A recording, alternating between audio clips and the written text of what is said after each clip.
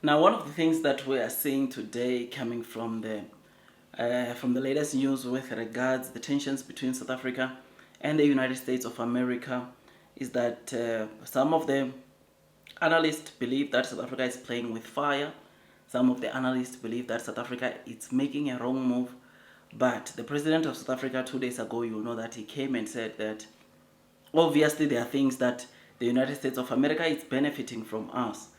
And he was talking, when he said that, he was talking about the AGOA deal. He said, yes, AGOA is good for South Africa, but let's not forget that South Africa is also giving some good precious metals to the United States of America. And therefore, there are some benefits that USA is getting from South Africa. And as much as South Africa is getting some benefits from the United States of America, he said even the AGOA deal itself, it's very core to the American economy. It's very important to the American economy. This is what he said, and we have discussed that in detail. But it is very funny or interesting to see some of the articles saying that South Africa is playing a dangerous game. I mean, they are saying, some of these analysts are saying South Africa should go and plead back with the United States of America so that we could not lose business with them, with America. I mean, one of the things that is making America to not like us or to not be one of their favorites, we know that it's because of our relationship with China, Russia.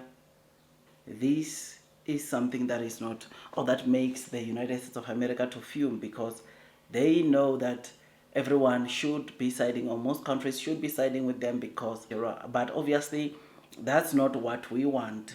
We want what's good for the country, and which is why we will go partner with China, or we will go our trades with of course these other countries. I mean, the two-way trades between South Africa and China, for those that might still not know, for 2024 it was $52 billion, and guaranteed South Africa had around or over $25 billion from that two-way trade.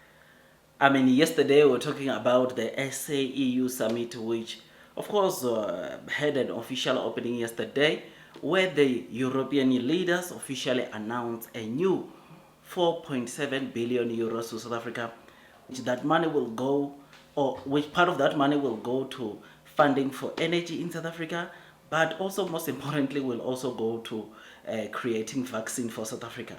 Now that was a very strategic move, because you know that this comes after the United States of America has cut funding for the energy project, cut funding for the PEFA aid, which this fits in perfectly well.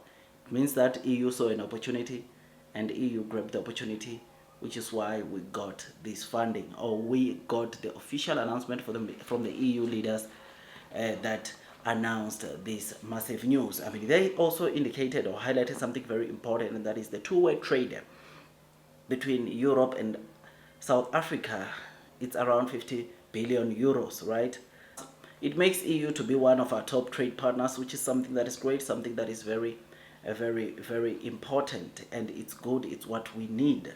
And as the US, or when the United States of America still thinks that they are going to punish us and whatnot, there are new deals that are coming. I want to see what the media will say. I want to see what some of these analysts that have been talking bad about us going to play with the United States of America are going to say after this, because these are the massive news that we saw or we read yesterday. But anyways, I thought I'd come and give you this quick update. I mean, South Africa's exports to the United States of America, it's over $10 billion, but this shows you obviously how, of course, our trade with China is much more better in terms of value as to compare to the trade that we have with the United States of America.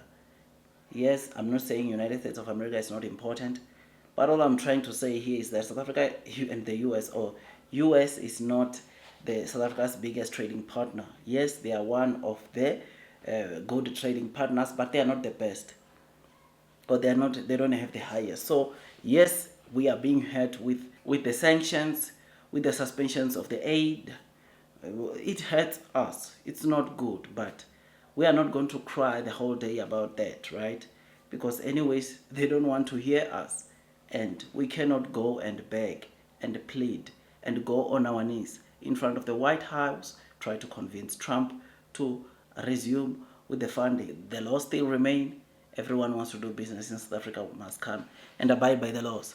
I'm not saying, I've said in the past, I have said that, of course, maybe the laws need to be looked at, but there's still a lot of inequalities. I mean, the report that the president told us or showed us or said about inequality in South Africa, I mean, he said black ownership in the economy of South Africa still around 30% of the total economy, which is something that obviously highlights, of course, that what they want or what the government wants has not yet been achieved. That is to bring equality. I think when it gets to 50%, then I think maybe the South African government can maybe start considering what the World Bank was saying, of saying that they should adjust their laws to make sure that, or to help investors come and invest into South Africa. Yes, there are people that are fighting this, but yeah, let's wait, let's see what happens. But me, I'm just against all these some of these people that come out and paint South Africa as if South Africa is a bad country. South Africa, it should be going to plead with the United States of America. The very same United States of America that don't want to engage us. The very same United States of America under Trump administration that won't listen to us, won't listen to the government, but listen to a certain group of people, right? This is what we must go and plead for. What are they saying? It's not like they're meeting us halfway. So why must we go and beg to the people that don't want to talk to us? Why must we go and beg, or why must our government go and beg to the people that choose to listen one side of the story and don't want to listen or hear what our government has to say about the whole situation? They don't want to even sit down and discuss and talk. That's how we are undermined. And we are supposed to be the ones to go to the White House and go on our knees, or the government must go on their knees and go and plead, beg the United States of America and do as they say. I don't think that is acceptable. I don't think that is fair. In fact, I think it's disrespectful, man, which is why you will always hear time and time again our president coming out and say, we shall not be bullied, especially in our country. We shall not be bullied, and will always stand for what is right. I mean, we went and took Israel to court for genocide, and we won the case. Guess what? The sanction that came in January was fighting us specifically for that.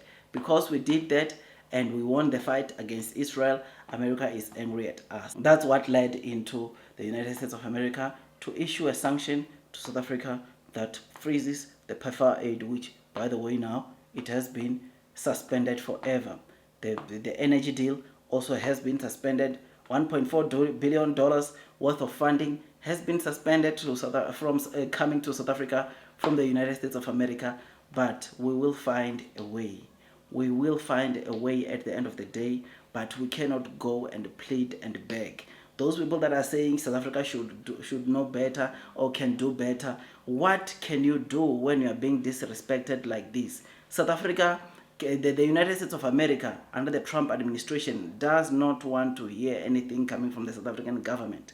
And that whether the South African government is right or not, but the fact that they don't want to give them an ear, and they're giving a certain group of people ear, they are listening to them.